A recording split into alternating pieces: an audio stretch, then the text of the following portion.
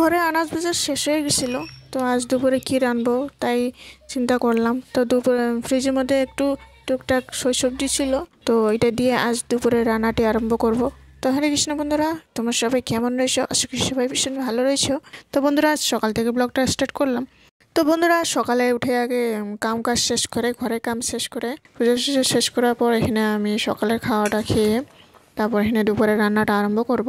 এই যে দেখুন, আজ করব মাশরুমটা প্রথমে আমি এই যে একটু গরম জলে বয়েল করে নিয়েছি, এই যে একটু সিদ্ধ করে নিয়েছি, সিদ্ধ করে জলটা ফেলে দিয়েছি, ফেলে ধুয়ে উঠিয়ে রাখলাম। তারপর এদিকে আমি আলু একটু ছোট ছোট করে কেটে আমি এদিকে কুকারে সিদ্ধ করে দিয়েছি, 3-4 সিটি মতো সিদ্ধ করে নিব আমরা। তারপর এদিকে এই যে দেখুন, বাঁধাকপি একটু ছোট সাইজের ছিল, একটা আধা সাইজের বাঁধাকপি। তো এটা সুন্দর করে আমরা বেসন আর একটু চাউলের গুঁড়ো, হলুদ গুঁড়ো, তারপরে ময়দা দিয়ে সুন্দর করে আমরা মেখে একটু ছোট ছোট করে একটু বড়া বানিয়ে নিব।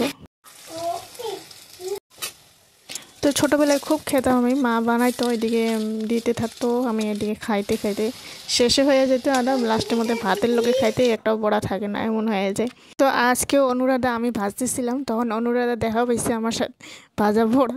তো ও 2-3টা নিতে নিতে আদা মানে খেতে খেতে শেষ করলো আদা। তারপর এদিকে 3-4টা আমি রেখে দিলাম, তাও আসে খুঁজতেছিল, আমি বললাম নাই, শেষ হয়ে গেছে, একটু পরে ভাত লগে দিয়ে খাওয়াই দিলাম আরে।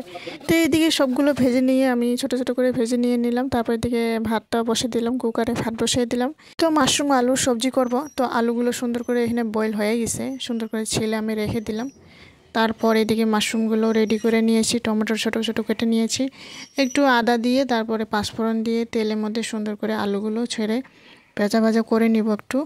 তারপর একটু মশলা, একটু জিরা গুঁড়ো, তারপর একটু লাল লঙ্কা, লবণ, হলুদ গুঁড়ো দিয়ে সুন্দর করে আরেকবার নাড়াচাড়া করে নিব।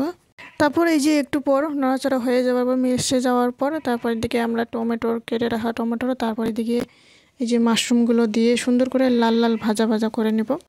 দিয়ে তারপর এদিকে জল দিয়ে নাড়াচাড়া করে এদিকে আমরা একটু এলাচ, তারপরে একটু গরম মশলা গোটা দিয়ে সুন্দর করে আমরা এই যে দেখুন, তো সবজিটি উতল আসা পরে তারপর আমরা একটু স্বাদ মতো চিনি দিয়ে সুন্দর করে নামাই নেব আমরা।